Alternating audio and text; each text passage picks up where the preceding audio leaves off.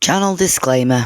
Hello to all fellow fans. You know the drill by now. If you haven't already, now is the time to pause this video and read the channel's disclaimer before viewing any of my work.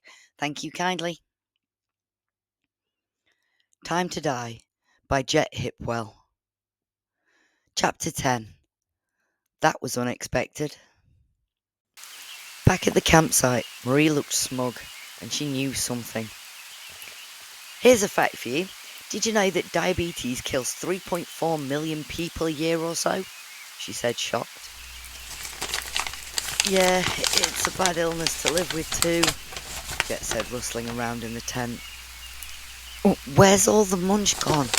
I can't find any sweets. Have you got the marshmallows out there? Jet's hypo taking hold on her body, beginning to shake profusely. Here, sit yourself down in the tent and I will look for you, Marie said while shuffling about. You realise there's none left? I ate them all. What the hell, Marie? Why would you do that? I'm a fucking diabetic. Jet now fuming at the thought of having to walk all the way back while her whole body shook. She tries to stand, feeling the effects coming on thick and fast. Just lay down, Jet. You know you want to, Marie said slyly. What are you on about, woman? I can't get up. You're gonna have to help me. Or not, Marie said, laughing. 100 units, right? That's what you gave Sarah. And that's what I gave you. Jabbed you right in the ass when you were out looking for Rebecca. I was really surprised how easy it was. Still had the gloves on and everything. You may end on 7 victims, but I'm only just getting started. I don't want to stop. You are my first, Marie said, looking smug with herself. What the hell, Marie? You're topping me off. After years of friendship and all we have been through together in life. Why? Why me? Jet knew at this point there was no hope. The phones had no signal, and there was not enough sugar in the world to take this off, and she knew what was going to happen. This is going to be brutal. I'm going to fit, then go into a coma and die. At least when I killed Sarah, she was asleep, and I didn't have to go through all this. This is just cruel. You bitch. You have taught me well, though, my friend. The student becomes the master, and all I have to do is walk back to the main road, call the police. You killed all those people, and then killed yourself out of guilt. It's poetic, really.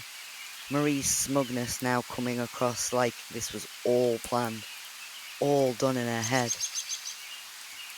And how just do you think you're going to get away with this? Where's the planning? Jet said, now shaking uncontrollably in the sleeping bag. You will never get away with it. Not like I did. Jet began to cry, something she hadn't done in years.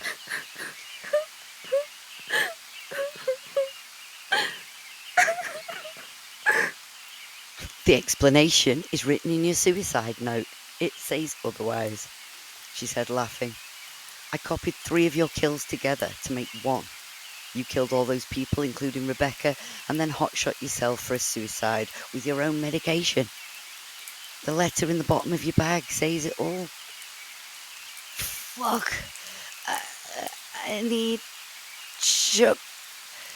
Jet could not finish the sentence. She lay there knowing her future was doomed. Marie had done everything right. The shot of insulin from Sarah, but hotshotting it like Matt, and the suicide note from Sue and David. It was all perfect. All I can say is you did well. I love you, dude, Jet said as her body went into convulsions and writhed around in agony, her whole frame having a large shudder, and then she crashed. Coma time, Marie chuckled to herself. I think I've got time for a brew and a smoke before walking home. I must remember. She took the video camera and proceeded to delete all footage from the memory card.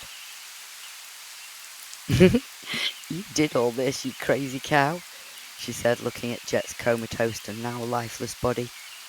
Marie smiled to herself, knowing that in half an hour, Jet would be dead. Finishing her smoke and her brew, Marie left the campsite exactly as it stood and headed off down the lane. Taking photos of the old manor house and surrounding area with her phone, she wanted to hold a little souvenir to take home. Thinking of how she had suggested every killing and Jet was never in control, she thought to herself as she mumbled her explanations aloud. Sarah was a leech on society. Sue and David were selfish assholes.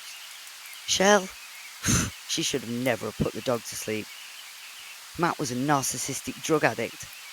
Mum was just a complete bitch, and Rebecca took away my oldest friend. I'm glad you killed them all. I love you too, Jet, and I'm going to miss you the most. Maria had thought of everything and was wildly thinking of all the other people that had wronged her in life. They all need to die, she said to herself quietly. Jet would be dead by the time anyone reached her, and all she had to do was cry and wail emotionally at the police, and this would all be over. Surely no one was going to question it once Maria had spilled the beans about all 7 murders. No one would question the suicide at the end. Her mind wandered onto new victims and new ways to commit the murders. She wondered if Jet's mum would let her have all the books she owned, as there was enough herbalism and witchcraft stuff in there to kill a small tribe. Jet's mum! Suddenly the realization kicked in of how devastated she would be about her daughter's death.